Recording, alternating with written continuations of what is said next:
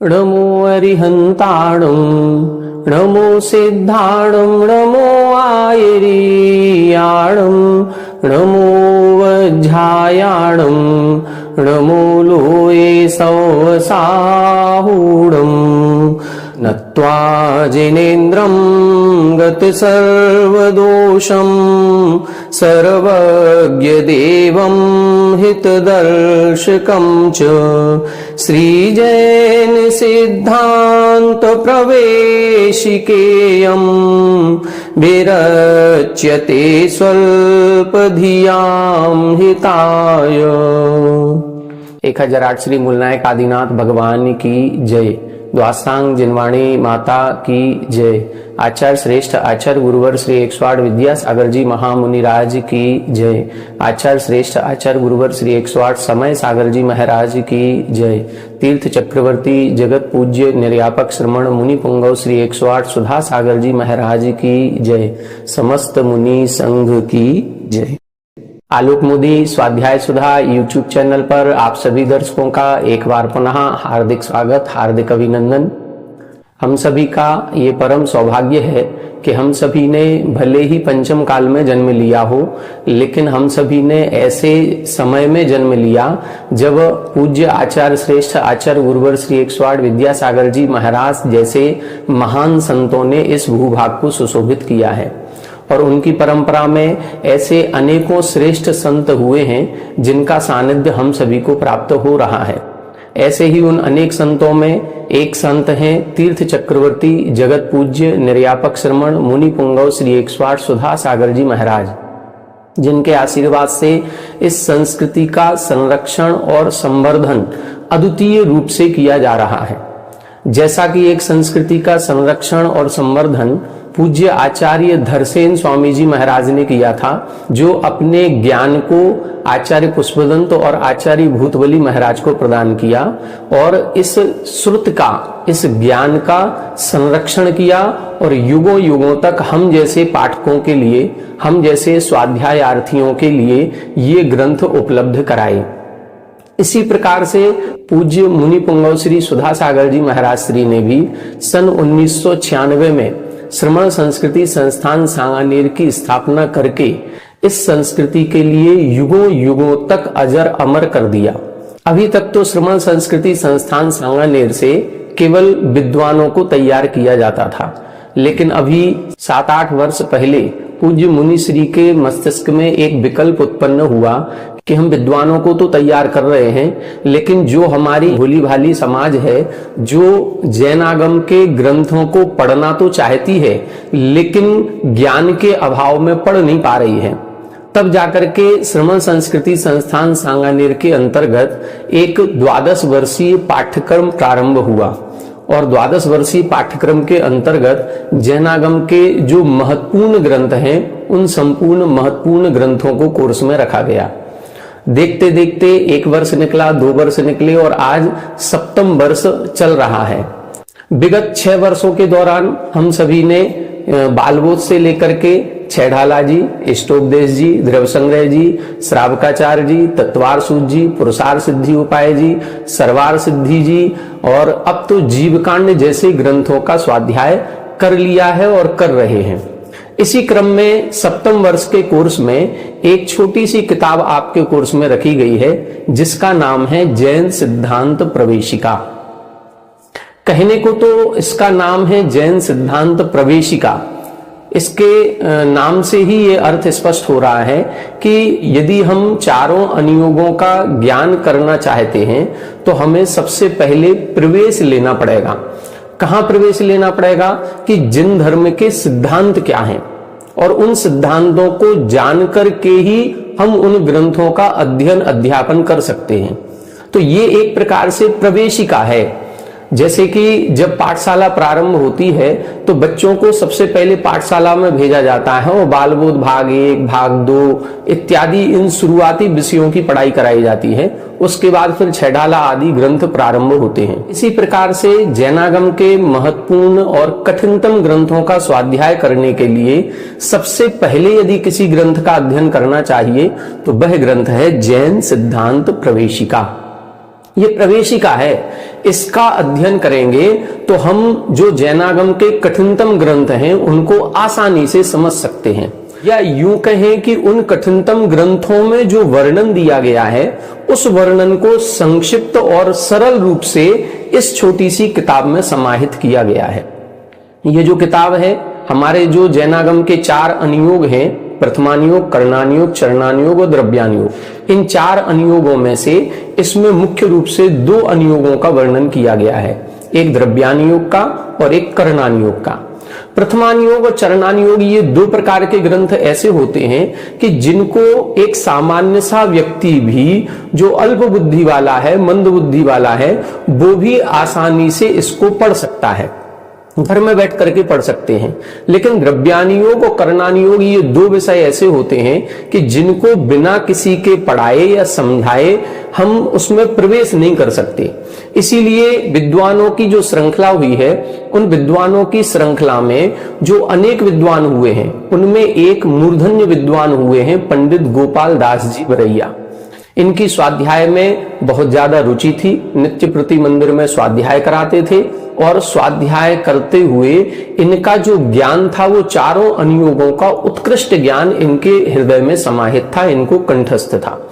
बस उसी को लेकर के इन्होंने फिर एक किताब की संरचना की जिसका नाम है जैन सिद्धांत प्रवेश का।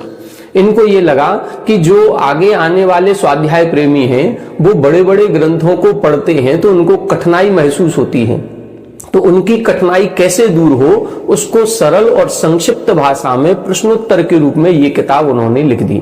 जैसे पंडित दौलत राम जी हुए हैं, उन्होंने एक छैढाला ग्रंथ लिखा और छैढाला इतना प्रचलित और प्रसिद्ध हुआ, इतनी सरल भाषा में है कि उसका जो विषय है वो अल्प बुद्धि वालों को भी आसानी से समझ में आ जाता है और हिंदी भाषा में लिखा हुआ होने से सबको याद भी हो जाता है, कंठस्थ हो जाता है। और उस छैढाला में जो भी विषय का वर्णन किया गया है वो बड़े बड़े ग्रंथों का संकलन करके उसको संक्षिप्त रूप में प्रस्तुत किया गया। कुछ लोग तो कहते हैं कि वह छोटा समयसार ग्रंथ है, कुछ लोग कहते हैं वह छोटा तत्वार सूत्र ग्रंथ है। तो ऐसे कई लोगों के कई मंतव्य हैं कि वो छैढाला बहुत ही उपयोगी है। इसी प्रकार से ये जैन सिद्धांत प्रवेश का भी सबसे उपयोगी ग्रंथ है या बहुत उपयोगी किताब है। अब आपको मन में प्रश्न आ रहा होगा कि जब ये इतनी उपयोगी किताब थी और जैन धर्म का प्रवेश कराने वाली थी तो इसको प्रथम वर्ष में रखना चाहिए, इसको सप्तम वर्ष में क्यों रखा गया? तो इसका कारण केवल एक ये है कि यदि इसको हम प्रथम वर्ष में रख देते तो फिर इसमें कुछ प्रश्न ऐसे हैं शुरुआत में जिनको देख करके एक प्रवेश लेने वाला व्यक्ति और ज्यादा घबरा सकता था और इस स्वाध्याय के जो 12 वर्ष का क्रम चलना था उसको छोड़ सकता था। इसीलिए जब हम सभी ने तत्वार सूत्र जैसे, श्रावकाचार जैसे, सर्वार सिद्धि जैसे, पुरुषार्थ सिद्धि उपाय जैसे ग्रंथों का अध्ययन कर लिया, उसके बाद फिर ये किताब रखी गई है कि जिससे हमको ये विषय प्रतिपादन जो इसमें किया गया है वो सरल और संक्षिप्त लगे। इतना सरल होने के बाद भी आप लोगों को ये किताब बहुत कठिन लग रही है। अब कठिन क्यों लग रही है? क्योंकि इसका जो पहला अध्याय है वो थोड़ा सा कठिन है। देखें, जो द्रव्यानुयोग का विषय होता है उस द्रव्यानुयोग के विषय में 6 द्रव्यों पर चर्चा की जाती है, 7 तत्वों पर चर्चा की जाती है और 6 द्रव्यों का जो अस्तित्व स्वीकार किया गया है वो 6 ही क्यों माने गए। अन्य जो वादी प्रतिवादी हैं उन्होंने द्रव्यों के स्वरूप को अन्य प्रकार से परिभाषित किया है और द्रव्यों की संख्या भी अन्य प्रकार से मानी है। तो हम कितने द्रव्य माने और द्रव्य का लक्षण क्या होना चाहिए, क्या नहीं होना चाहिए, जो उन्होंने अन्य वादी प्रतिवादियों ने अपने द्रव्यों की संख्या लिखी है, द्रव्य का लक्षण बताया, उसमें क्या कमी है और हमारे द्रव्य के लक्षण में क्या सही है। ये जो खंडन और मंडन की प्रक्रिया होती है ये न्याय ग्रंथों का अध्ययन करने से आती है।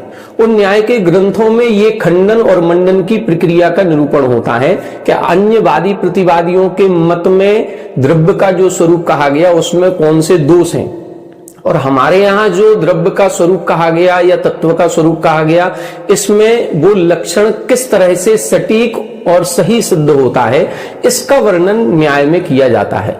इसी को हम खंडन और मंडन कहते हैं। खंडन का मतलब दूसरे के द्वारा प्रतिपादित लक्षण का खंडन करना और फिर अपने मत की पुष्टि करना, इसको मंडन बोलते हैं। ये सब कहां से सीखते हैं? ये न्याय की भाषा में आता है। न्याय के यदि हम ग्रंथों को देखें तो सबसे पहले परीक्षा मुख एक ग्रंथ लिखा गया है, उस परीक्षा मुख का अध्ययन किया जाता है। उसके बाद फिर न्यायदीप का है, फिर उसके बाद प्रमेय रत्नमाला है, फिर उसके बाद प्रमेय कमल मार्तंड है, फिर इसके बाद अन्य सारे कई सारे आचार्यों ने कई सारे ग्रंथों को लिखा है जिनमें न्याय के आधार पर अपने मत की पुष्टि की गई है। आचार्य अकलंक देव हुए हैं, आचार्य विद्यानंद स्वामी जी हुए हैं, ये न्याय के विषय के मूर्धन्य आचार्य कहलाते हैं। आचार्य अकलंक देव के बारे में तो ये कहा जाता है कि उन्होंने एक ग्रंथ ऐसा लिखा जिसमें सच्चे देव की ही परीक्षा कर डाली। दो प्रकार के शिष्य होते हैं, एक होते हैं आज्ञा प्रधानी और एक होते हैं परीक्षा प्रधानी। आज्ञा प्रधानी शिष्य उसे कहते हैं गुरु ने जो कहा उसको स्वीकार कर लिया, गुरु ने जो लक्षण बताया उस लक्षण को याद कर लिया, ठीक है आपने कहा है तो यही सही है। केवली भगवान ने जो कहा उसको स्वीकार कर लिया। लेकिन जो अकलंक देव थे वो आज्ञा प्रधानी नहीं थे, वो परीक्षा प्रधानी थे। और परीक्षा प्रधानी का मतलब ये होता है कि गुरु महाराज ने या केवली भगवान ने जो कुछ कहा है वो सही कहा कि नहीं कहा, हम उसकी परीक्षा करेंगे। हम उसकी परीक्षा करेंगे और अपनी कसौटी पर कस करके जब उसको हम सही पाएंगे तभी हम उस पर श्रद्धान करेंगे। तो इन्होंने तो देवागम आप्त मीमांसा जैसा एक स्तोत्र लिखा जिसमें सच्चे देव की ही मीमांसा कर डाली कि आप सच्चे देव हैं कि नहीं हैं, हम पहले ये सिद्ध करेंगे। उन्होंने पहला श्लोक लिखा देवागम नभोयान चामरादि विभूतयः माया विश्वपि दृश्यन्ते नातस्त्वमसि नो महान। इस प्रकार का श्लोक लिख करके उन्होंने सच्चे देव की मीमांसा कर डाली कि सच्चे देव कैसे होने चाहिए, ये उन्होंने पूरा खंडन मंडन करके उधर सिद्ध किया। इसी प्रकार से यहां पर भी कहा जा रहा है कि जब भी किसी भी पदार्थ का लक्षण आदि बनाया जाता है तो उस लक्षण को रटना नहीं है, याद नहीं करना है, उस लक्षण को अपनी कसौटी पर कसना है कि हाँ ये जो लक्षण बनाया गया है ये सभी प्रकार के दोषों से रहित है कि नहीं है। अब लक्षण के दोष कौन कौन से होते हैं ये सब अपन को इसमें पढ़ने को मिलेगा कि लक्षण क्या है, लक्षण के दोष कितने होते हैं, जिसमें लक्षण में दोष पाए जाते हैं उसको क्या लक्षणाभास कहते हैं। फिर प्रमाण की चर्चा की गई कि प्रमाण कितने प्रकार के हैं। अब हमारे यहाँ सम्यक ज्ञान को ही प्रमाण कहा गया और उस प्रमाण के दो भेद किए गए, प्रत्यक्ष और परोक्ष। लेकिन अन्य जो वादी प्रतिवादी हैं उन्होंने प्रमाण की संख्या को बहुत अधिक माना। तो उतनी अधिक क्यों माना, हमने दो ही क्यों माने? तो ये सारा वर्णन इस ग्रंथ में पढ़ने को मिलेगा। ये सब न्याय का विषय कहलाता है। न्याय की भाषा क्लिष्ट होती है, पढ़ने सुनने में थोड़े से टेक्निकल वर्ड इसमें प्रयोग होंगे जो आपने कभी नहीं सुने होंगे, इसीलिए उन शब्दों को सुनने में थोड़ा सा परिभाषात्मक रूप से आपको कठिन लगेगा, लेकिन विषय कठिन होता नहीं है। दो प्रकार के विषय होते हैं, एक न्याय का विषय होता है, एक व्याकरण का विषय होता है। और दो प्रकार के पशु या जानवर होते हैं, एक गाय और एक सिंह। इन दोनों विषयों को इन दोनों प्रकार के पशुओं से तुलना की गई और ये कहा गया कि जो व्याकरण होती है ये व्याकरण गाय के मुख के समान होती है और जो न्याय होता है ये सिंह के मुख के समान होता है। मतलब क्या हुआ, मतलब आप दोनों पशुओं को देखेंगे, उनका बॉडी स्ट्रक्चर देखेंगे तो आपको पता चलेगा कि गाय का जो मुख होता है, अग्रभाग होता है, वो पतला सा होता है, लेकिन जैसे जैसे आप पीछे की ओर जाएंगे तो उनका पृष्ठभाग बड़ा होता चला जाता है। व्याकरण गोमुखी कही गई। जब अपन संस्कृत व्याकरण का अध्ययन करेंगे तो व्याकरण में ऐसे ही है, प्रवेश करोगे तो फिर गहराई और गहराई और गहराई ये बढ़ती चली जाएगी और उसका कोई अंत समझ में नहीं आता कि कितना पढ़े हम। लेकिन न्याय के साथ ऐसा नहीं है। न्याय को सिंहमुखी कहा गया। शेर का मुख बड़ा होता है लेकिन पीछे जो पृष्ठभाग होता है वो पेट के पास का वो बिल्कुल पतला होता जाता है। तो सिंहमुखी मतलब देखने में विस्तार लगेगा, उसका अग्रभाग बहुत बड़ा है, लेकिन यदि एक बार हमने अग्रभाग को समझ लिया और पढ़ लिया फिर उसके बाद न्याय में कुछ नहीं है, वो न्याय बिल्कुल पीछे से सरल ही सरल होती है, उसका सारा विषय अपने आप समझ में आ जाएगा। तो इस जो पहला अध्याय इसमें है, इसके पहले अध्याय में वो न्याय के सूत्र दिए हुए हैं कि न्याय किसे कहते हैं, पक्ष किसे कहते हैं, सपक्ष किसे कहते हैं, पक्षात व्यावृत्ति किसे कहते हैं, प्रत्यविज्ञान क्या है, तर्क क्या है। ये सारे जो टॉपिक इसमें दिए हुए हैं ये देखने में बड़े लगेंगे, लेकिन एक बार इसमें प्रवेश हो गया तो फिर आप न्याय के बड़े बड़े ग्रंथ भी पढ़ेंगे तो आपको बहुत आसानी से समझ में आएंगे। तो आज से अपन इस ग्रंथ को पढ़ना प्रारंभ कर रहे हैं और कोशिश करेंगे कि आपकी जो परीक्षा 13 अप्रैल को है उसके पहले तक इसको हम कंप्लीट कर देंगे। दूसरी बात, एक निवेदन ये है कि जो न्याय है, जैसा कि हमने कहा कि एक सिंहमुखी होती है जिसको आगे का मुख देख करके डर लगने लगता है। जब हमने भी अध्ययन किया था तो इस सिंह के मुख को देख करके हम भी भयाकुलित हो गए थे और हमने इसका बहुत गहराई से अध्ययन नहीं किया, पहले ही डर गए और डरने के कारण से इसका गहराई से अध्ययन नहीं हुआ। अब आप लोगों को पढ़ाने के लिए इसका अध्ययन करके जो थोड़ा बहुत ज्ञान हमको है उस ज्ञान के आधार पर आपको समझाने का प्रयास करेंगे।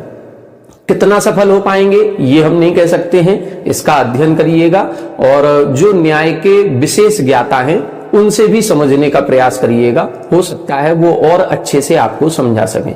हमारा जितना ज्ञान है, जितना क्षयोपशम है और जितना न्याय के विषय में हमारा प्रवेश है उतना हम इसको समझाएंगे। इस ग्रंथ में 5 अध्याय हैं और 5 अध्यायों में कुल मिलाकर के 670 या 75 प्रश्नों का संग्रह किया गया है। जो ये सप्तम वर्ष है इसमें प्रारंभ के 2 अध्याय हैं, अष्टम वर्ष में फिर तीसरा और चौथा अध्याय है और नवम वर्ष में जब अपन पहुंचेंगे तो फिर 5वां अध्याय आपके सिलेबस में है। पहले अध्याय में यहां पर प्रमाण, नय, लक्षण और निक्षेप, इन 4 विषयों पर चर्चा की गई है। चारों के भेद प्रभेद और इनकी परिभाषाओं को समझाया गया है। दूसरा अध्याय जो आएगा उसमें द्रव्य, गुण और पर्याय, इन पर विशेष चर्चा हुई है जिसको अपन आलाप पद्धति में विस्तार से पढ़ चुके हैं। तीसरे अध्याय में फिर आश्रव और बंध पर चर्चा हुई है जिसको अपन तत्वार सूत्र जी और सर्वार सिद्धि जी में बहुत अच्छे से पढ़ चुके हैं। फिर इसके बाद चौथे अध्याय में इन्होंने मार्गणा स्थान पर चर्चा की है, जीव समास पर चर्चा की है और जीव के असाधारण 5 भावों पर चर्चा की है। तो मार्गणा स्थान और गुण स्थान इनको अपन जीव कांड जी में अभी पढ़ ही रहे हैं, बहुत विस्तार से पढ़ रहे हैं। और फिर जो अंतिम अध्याय है उसमें गुण स्थानों में कौन से कर्मों का बंध कहां तक होता है, कहां किस कर्म की विच्छुत्ति होती है, इसी प्रकार से उदय और इसी प्रकार से सत्व, बंध, उदय और सत्व, इन तीनों का विस्तार से वर्णन किया गया है। इस प्रकार से ये 5 अध्याय हैं। इस वर्ष 2 अध्याय अपने सिलेबस में है, इन दोनों को अपन पढ़ने का प्रयास करते हैं। आइए सबसे पहले अपन मंगलाचरण का अर्थ देखते हैं, फिर एक एक प्रश्न को लेकर के चलेंगे। नत्वा जिनेन्द्रं गत सर्वदोषं सर्वज्ञ देवं हितदर्शकं च श्रीजैन सिद्धांत प्रवेशिकेयं विरच्यते स्वल्प धियां हिताय। यहाँ बता रहे हैं नत्वा यानी नमस्कार करके। किसको नमस्कार करके? जिनेन्द्रम, जिनेन्द्र भगवान को नमस्कार करके। वो जिनेन्द्र भगवान कैसे हैं? तो गत सर्वदोषम, जो सभी प्रकार के दोषों से रहित हो चुके हैं, अथवा जो 18 प्रकार के दोष कहे जाते हैं उन 18 प्रकार के दोषों से रहित हैं, अथवा जो वीतरागी हैं।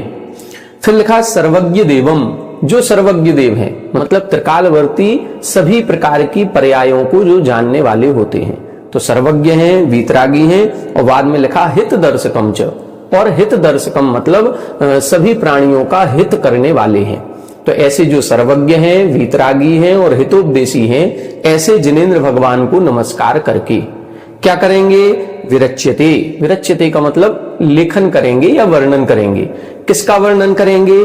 श्री जैन सिद्धांत प्रवेशिका यम, इस जैन सिद्धांत प्रवेशिका का हम लेखन करेंगे। ये मंगलाचरण पंडित गोपाल दास जी वरैया जी ने लिखा होगा। जब उन्होंने इस ग्रंथ का प्रारंभ किया होगा लिखना, तब उन्होंने ये मंगलाचरण करके अपने सच्चे देव सास गुरु को नमन किया है, उनके प्रति अपनी भक्ति प्रेषित की हुई है। तो स्वल्प धियाम हिताय, किसके लिए कर रहे हैं? स्वल्प धियाम हिताय, जो अल्प बुद्धि वाले हैं और जो जैन सिद्धांत का अध्ययन करना चाहते हैं, लेकिन अल्प बुद्धि के कारण से अध्ययन करने में उनको कठिनता हो रही है। तो ऐसे अल्प बुद्धि वालों के हिताय यानी कल्याण के लिए। तो इधर एक बार अर्थ देख लें। जिनेंद्र भगवान को नमस्कार करके, कौन से जिनेंद्र भगवान को? जो वीतरागी हैं, सर्वज्ञ हैं और हितोपदेशी हैं, ऐसे जिनेंद्र भगवान को नमस्कार करके सभी अल्प बुद्धि वालों के कल्याण के लिए मैं इस जैन सिद्धांत प्रवेश का ग्रंथ का लेखन या वर्णन करता हूं। ये तो उन्होंने लिखा। अब अपन क्या कहेंगे? हम ये कहेंगे कि अब सब जो आप लोग परीक्षा दे रहे हैं और जो इस ग्रंथ का स्वाध्याय कर रहे हैं, उन सभी के ज्ञान वर्धन के लिए, अब हम आपको अल्प बुद्धि वाला नहीं कहेंगे। आप लोग जीवकांड जैसा ग्रंथ पढ़ चुके हैं, तो आप लोगों की बुद्धि भी परिमार्जित हो चुकी है। तो अब क्या करना है? आप लोगों के ज्ञान वर्धन के लिए इस ग्रंथ का अपन आज से प्रारंभ कर रहे हैं। कोशिश करेंगे कि आपका जो पेपर 13 अप्रैल को है, उसके पहले पहले तक अपन प्रारंभ के जो 2 अध्याय आपके कोर्स में है, इनको पूर्ण कर लें। आइए देखें प्रश्न नंबर 1। बहुत छोटे छोटे प्रश्न हैं, छोटे छोटे उत्तर हैं। एक दिन में आराम से 15-15, 20-20 प्रश्नों को अपन लोग पढ़ लेंगे। पदार्थों को जानने के उपाय कितने हैं? पदार्थों को जानने के कितने उपाय हैं? 4 उपाय हैं। सबसे पहले लक्षण। लक्षण, जब किसी भी पदार्थ का एक स्वरूप बताया जाता है, उसकी परिभाषा बताई जाती है, उसका कुछ चिन्ह निश्चित कर दिए जाते हैं कि ये जिसमें होगा वह ये पदार्थ कहलाएगा, बस उसी को अपन लक्षण कहते हैं। तो उस लक्षण से पदार्थ की पहचान होती है। प्रमाण और नय से भी पदार्थों का ज्ञान होता है। और निक्षेप, निक्षेप से उनका लोक व्यवहार होता है। प्रमाण किसे कहते हैं? सम्यक ज्ञानम प्रमाणम। जो मति ज्ञान, श्रुत ज्ञान, अवधि ज्ञान, मनः परे ज्ञान और केवल ज्ञान, ये जो 4 प्रकार का ज्ञान है, ये ज्ञान ही प्रमाण कहलाता है। तो इसी ज्ञान के द्वारा हम इन सभी पदार्थों को जान रहे हैं कि 6 द्रव्य होती हैं, 5 अस्तिकाएं होते हैं, 7 तत्व होते हैं, 9 पदार्थ होते हैं। ये सारा कहां से जाना हमने? इस मति ज्ञान, श्रुत ज्ञान आदि के द्वारा जाना। अब नय किसे कहते हैं? जो प्रमाण से हमने जाना है, उसके अंश का कथन करना, उसके अंश का कथन करने वाला जो होता है, उसको हम नय कहते हैं। श्रुत विकल्पो नया। श्रुत ज्ञान के जो विकल्प होते हैं, उसको नय कहते हैं। अब नय से क्या होता है? अपेक्षाएं लगाई जाती हैं। एक ही वस्तु में अनेक धर्म होते हैं। जैसे प्रमाण से हम कहेंगे जीव नित्य है कि अनित्य है। प्रमाण कहेगा जीव ना नित्य है ना अनित्य है, जीव है, बस इतना ही ये प्रमाण का विषय है। प्रमाण में ये कहा जाएगा जीव, पुद्गल, धर्म, अधर्म, आकाश, काल, ये 6 द्रव्य हैं। अब नय कहेगा कि जीव नित्य है कि अनित्य है, तब नय में अब फिर परिभाषाएं लगेंगी। निश्चय नय कहेगा कि जीव नित्य होता है। व्यवहार नय कहेगा कि जीव अनित्य होता है, ये मिटता है, इसकी पर्याय नष्ट होती है। तो ये नय के द्वारा भी पदार्थों को जाना जाता है। तो प्रमाण नयैरधिगमः, प्रमाण और नय के द्वारा पदार्थों को जाना जाता है। निक्षेप के द्वारा भी इनका सबका लोक व्यवहार होता है। निक्षेप कितने हैं? नाम स्थापना, द्रव्य भाव, तस्तन्यास। हाँ, ये 4 निक्षेप कहे गए हैं। इनको अपन तत्वार सूत्र जी में पढ़ चुके हैं।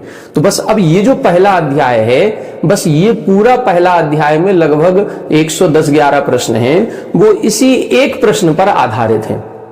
पहला प्रश्न क्या है? पदार्थों को जानने के उपाय कितने हैं? तो पदार्थों को जानने के 4 उपाय, लक्षण, प्रमाण, नय और निक्षेप। अब इन्हीं की व्याख्या चलेगी। पहले लक्षण बताएंगे, लक्षण क्या है, फिर लक्षण में कौन कौन से दोष नहीं होने चाहिए, लक्षणाभास क्या कहलाता है, अब बस इसी की व्याख्या चलेगी। फिर प्रमाण कितना है, प्रमाण के भेद प्रभेद कितने हैं, अन्य वादी प्रतिवादियों ने कितने प्रमाण माने, हमने कितने प्रमाण माने, उन प्रमाणों में क्या साधन होता है, क्या साध्य होता है, बस अब इसी का वर्णन चलेगा और सारे प्रश्नोत्तरों को अपन पढ़ेंगे। देखें दूसरा प्रश्न, लक्षण किसे कहते हैं? पहले प्रश्न के आधार पर ही दूसरा प्रश्न है। देखें ये ग्रंथ इतनी अच्छी कुशलता से लिखा गया है। कई बार जब इंटरव्यू वगैरह देने जाते हैं तो इंटरव्यू में होता क्या है, जो पैनल बैठा होता है इंटरव्यू लेने वाला, वो एक प्रश्न पूछता है और वो एक जो प्रश्न उसने पूछा उसका उत्तर हमने क्या दिया, बस उसी उत्तर में से दूसरा प्रश्न पूछेंगे। फिर उसका उत्तर जो हम देंगे उसमें से तीसरा प्रश्न आएगा। मतलब उनके जो प्रश्न होते हैं वो हमारे बोलने पर आधारित होते हैं कि हमने उसका उत्तर क्या दिया, और हमारे उत्तर को ही पकड़ करके उसी में से फिर प्रश्न पुनः होने लगता है। इस ग्रंथ की शैली भी इसी प्रकार से है। पहला प्रश्न क्या था? पदार्थों को जानने के उपाय कितने हैं? तो उत्तर क्या मिला? पदार्थों को जानने के 4 उपाय हैं, लक्षण, प्रमाण, नय और निक्षेप। अब तुरंत दूसरा प्रश्न हुआ, लक्षण किसे कहते हैं? फिर प्रश्न होगा, प्रमाण किसे कहते हैं, नय किसे कहते हैं, निक्षेप किसे कहते हैं? तो ये 4 प्रश्न इनके तैयार हो गए। तो सबसे पहला, अब लक्षण किसे कहते हैं ये बता रहे हैं। मिले हुए बहुत से पदार्थों में से किसी एक पदार्थ को जुदा करने वाले हेतु को लक्षण कहते हैं। लक्षण किसे कह रहे हैं? जब अनेक चीजें आपस में मिली हुई हैं, अब हमको उन अनेक चीजों में से किसी एक वस्तु को उठाना है, तो अब हमें उसकी कुछ ना कुछ पहचान बतानी पड़ेगी। बस वो जो पहचान है उसी को हम लक्षण कहते हैं।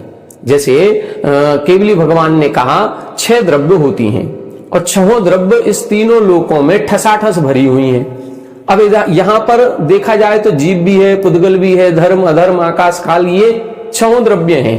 अब हम कहें कि नहीं, इन 6 द्रव्यों में से जीव की पहचान बताओ, जीव कौन है? तो अब जीव की पहचान क्या है? जिसमें जानने देखने की शक्ति होती है उसे जीव कहते हैं। बस यही जीव का लक्षण हो गया, जो इस जीव को उन बाकी 5 द्रव्यों से पृथक कर रहा है। मान लो कई बार आप लोगों ने देखा होगा, जो छोटे बच्चे होते हैं, जब वो 1-1.5 साल के होने लगते हैं तो हम उनसे कुछ ना कुछ काम करवाते हैं। मान लो एक बर्तन की डलिया रखी है, अब हम उससे कहेंगे कि जाओ उधर से वो गिलास लेकर के आओ। अब वो नहीं जानता कि गिलास कैसा होता है। अब हमको कुछ ना कुछ पहचान उसकी बतानी पड़ेगी, जो लंबा सा होगा, जिसमें हम पानी पीते हैं, ऊपर से गोल आकृति का होगा। कुछ ना कुछ उसकी जो हम पहचान बताएंगे, बस वो पहचान उस गिलास का लक्षण है। अब वो जाएगा और उस डलिया में देखेगा कि वहां प्लेट भी रखी है, चम्मच भी रखी है, थाली भी रखी है, गिलास भी रखा है। अब वो सभी आकृतियों को देखेगा और उन आकृतियों में से जो पहचान हमने बताई है वो पहचान मैच करेगा, और जिसमें वो पहचान मैच कर जाएगी वो वस्तु वो उठा लाएगा। बस वो गिलास ही निकलेगा यदि उसने सही पहचान की है तो। बस इसी को बोलते हैं लक्षण। लक्षण का मतलब है अनेक प्रकार की मिली हुई वस्तुओं में से वो वस्तु छांटनी है जो हमको चाहिए, तो हमें कुछ ना कुछ उसकी पहचान बतानी पड़ेगी। उस पहचान को बताना ही वो उसका लक्षण कहलाएगा। मान लो हमारे घर पर एक लाइब्रेरी बनी हुई है जिसमें सैकड़ों किताबें हैं। अब हम कह रहे हैं कि उसमें से एक किताब उठा करके लाओ जिस पर जैन सिद्धांत प्रवेश का लिखा हुआ है। अब वो कैसे, वो पढ़ना नहीं जानता। अब पढ़ना नहीं जानता तो कैसे लेकर के आएगा? फिर हमको उसकी साइज बतानी पड़ेगी कि इस प्रकार की साइज है। एक दूसरी किताब ऐसी दिखानी पड़ेगी, फिर उस पर बताना पड़ेगा कि एक नीला रंग लगा होगा, एक व्हाइट कलर का होगा, इतनी पतली होगी, लगभग 100 पेज की होगी। अब वो देख करके फिर ले आएगा, तो उसमें नीला रंग देखेगा, सफेद रंग देखेगा, कुछ ना कुछ उसकी पहचान बताएंगे, वो पहचान देख करके वो किताब उठा लेगा। बस इसी पहचान को हम लक्षण कहते हैं। मतलब सैकड़ों किताबों में से हमने जो पहचान बताई थी वो पहचान वो समझ गया, तो उससे उसने वो किताब को छांट लिया। बस इसी को हम लक्षण कहते हैं। यही इसमें लिखा है। लक्षण के कितने भेद हैं? तो लक्षण के 2 भेद होते हैं। कौन कौन से? एक इसमें लिखा है बालभूत। बालभूत शब्द नहीं है, ये है आत्मभूत। आत्मभूत और दूसरा अनात्मभूत। 2 लक्षण होते हैं, आत्मभूत और अनात्मभूत। अब अनात्मभूत और आत्मभूत किसे कहेंगे? देखें अगला, आत्मभूत लक्षण किसे कहते हैं? जो वस्तु के स्वरूप में मिला रहता है, जैसे अग्नि का लक्षण उष्णपना, ये आत्मभूत लक्षण। और अनात्मभूत जो वस्तु के स्वरूप में मिला नहीं होता, जैसे दंडी पुरुष का लक्षण दंड। अब क्या मतलब है इसका? इसका मतलब यह है, आत्मभूत लक्षण किसे कहेंगे? जैसे हम इसकी मोटाई बताएं कि ये कितनी मोटी होगी, इसमें कितने पृष्ठ हैं, इसमें प्रश्नों की संख्या कितनी है, इसका कलर कैसा है, ये सब इसके आत्मभूत लक्षण हैं। और अनात्मभूत लक्षण क्या कहलाएगा? हम कहें इसके ऊपर एक येलो कलर की जिल्द चढ़ी होगी। अब हो सकता है वो गया और येलो कलर की जिल्द तो 10 पुस्तकों में चढ़ी थी, अब नहीं समझ पाएगा वो कि कौन सी है। हम कहें कि जिस किताब के ऊपर एक पेन रखा हो वो वाली किताब उठा लाओ, हो सकता है उधर कई अन्य किताबों पर भी पेन रखा हो, तो अब ये अनात्मभूत लक्षण कहलाएगा। जैसे हम कहें कि किसी व्यक्ति को हमें बुलाना है और हम कहें कि जाओ उधर जाकर के, उधर बहुत सारे लोग बैठे हैं, उनमें जो लाल शर्ट पहने होंगे, रेड कलर की शर्ट पहने होंगे, उनको बुला लाओ। अब ये रेड कलर की शर्ट ये अनात्मभूत लक्षण है, क्योंकि ये उस व्यक्ति का स्वरूप नहीं है। हो सकता है कि वो पहले पहने था रेड कलर की शर्ट, लेकिन बाद में कहीं कोई उसके परेशानी हो गई, वो शर्ट चेंज करके आ गया, व्हाइट कलर की पहन के आ गया, तो ये तो परिभाषा गलत हो गई ना। अब वो रेड कलर में मिलेगा ही नहीं, तो ये अनात्मभूत। इसीलिए इसमें उदाहरण लिखा, जैसे जो डंडे वाला आदमी है उसको बुला लाओ। अब डंडा तो हो सकता है कोई दूसरा पकड़ ले, अभी हम पकड़े थे और हमने थोड़ी देर बाद तुमको पकड़ा दिया कि तुम पकड़ लो, हमारा थोड़ा काम करके। अब वो डंडे वाला तो वो हो गया, अब हम थोड़ी रहे। तो इसको बोलते हैं अनात्मभूत। और आत्मभूत का मतलब है कि जैसे हम फोटो दिखाएं किसी को, ये फोटो देख लो, इस फोटो से मैच करके इस वाले आदमी को लेकर के आना, ये अब आत्मभूत लक्षण हो जाएगा, क्योंकि इस तरह की फोटो अब किसी दूसरे के पास नहीं मिलेगी। वो जैसा चेहरा इसमें बना है वैसा चेहरा किसी एक ही आदमी का मिलेगा। बस इस तरह का जो लक्षण होता है उसे आत्मभूत लक्षण कहते हैं। तो आत्मभूत और अनात्मभूत ऐसे दो प्रकार के लक्षण होते हैं।